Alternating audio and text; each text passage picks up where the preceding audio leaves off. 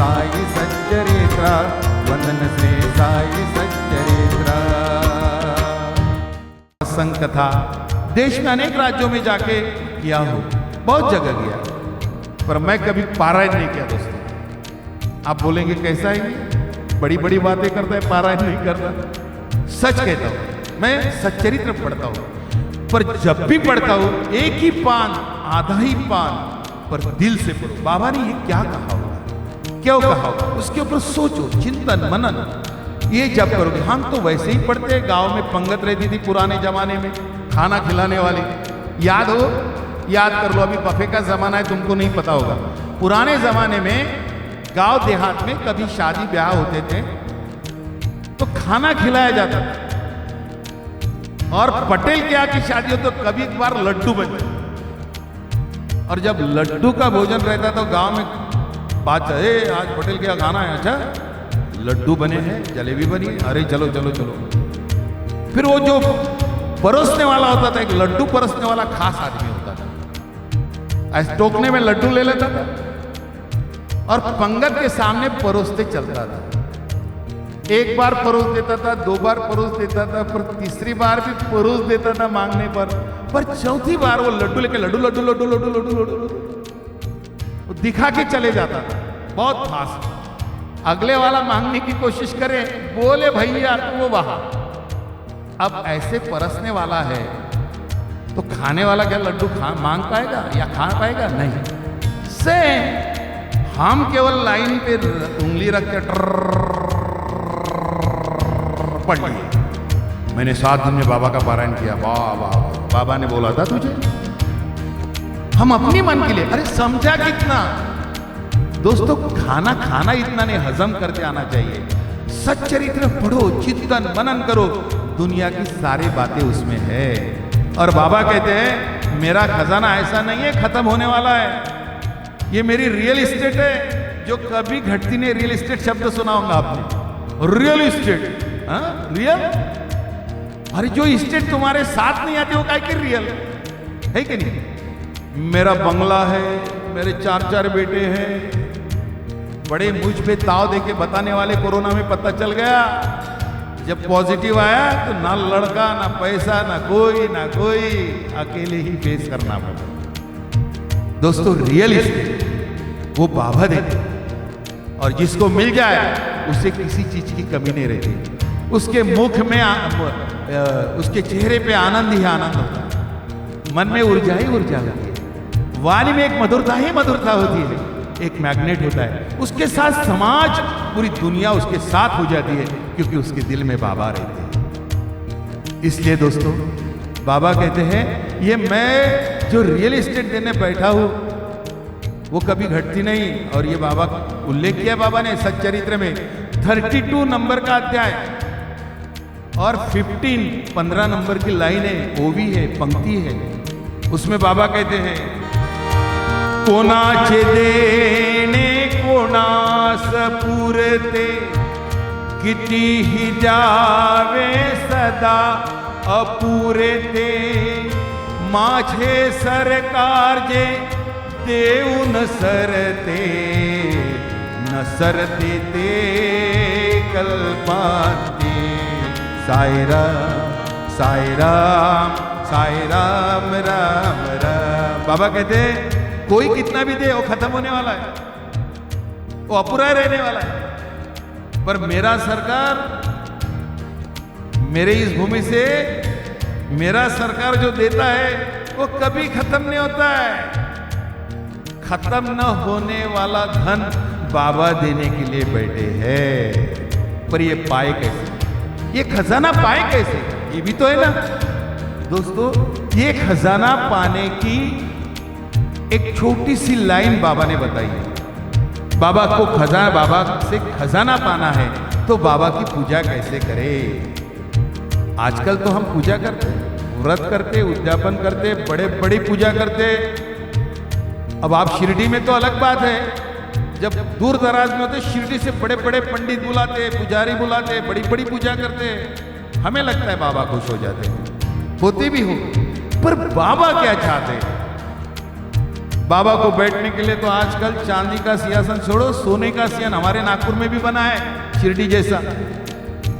क्या बाबा खुश होते? बाबा कहते हैं मुझे क्या पूजा कैसी चाहिए और मुझे कौन सा आसन चाहिए। दोस्तों, मैंने साई सच्चरित्र का 11वां अध्याय जीवन में पहली बार 1 जनवरी 2011 को पढ़ा था, और 1.5-2 महीने के बाद पहली लाइन जो मुझे सबसे ज्यादा प्रभावित कर गई, ये वही लाइन है। और ये 11वें अध्याय में ये लाइन आती है, शायद 7वें-8वें नंबर पर। बाबा कहते हैं मुझे आसन चाहिए, मैं बैठने के लिए तैयार हूं, पर आसन कौन सा है? गुरु वाक्य एक विश्वासन, गुरु के वाक्य का विश्वास का आसन।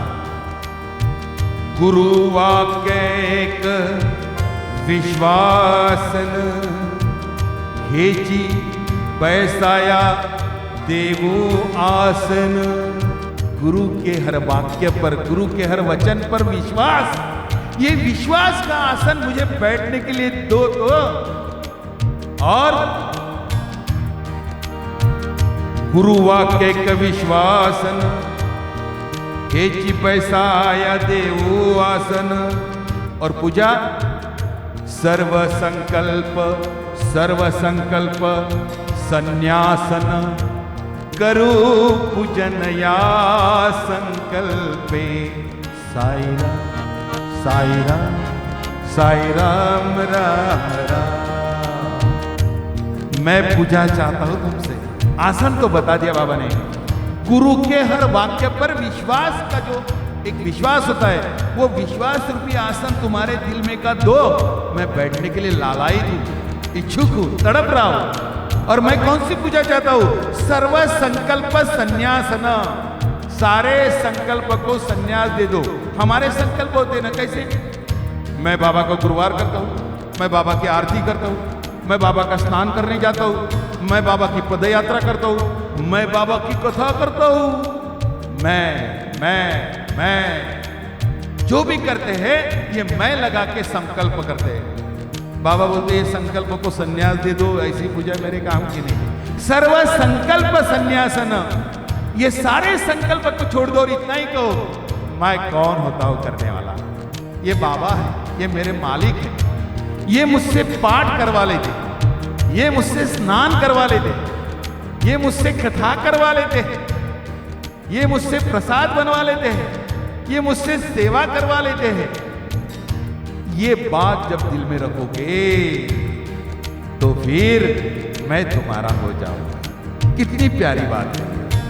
बस इतना करो और आगे बढ़ो और मेरे साथ कहो साई राम साई राम साई राम राम राम। साई राम साई राम साई राम साई राम साई राम साई राम साई राम राम राम साई राम साई राम साई राम राम राम।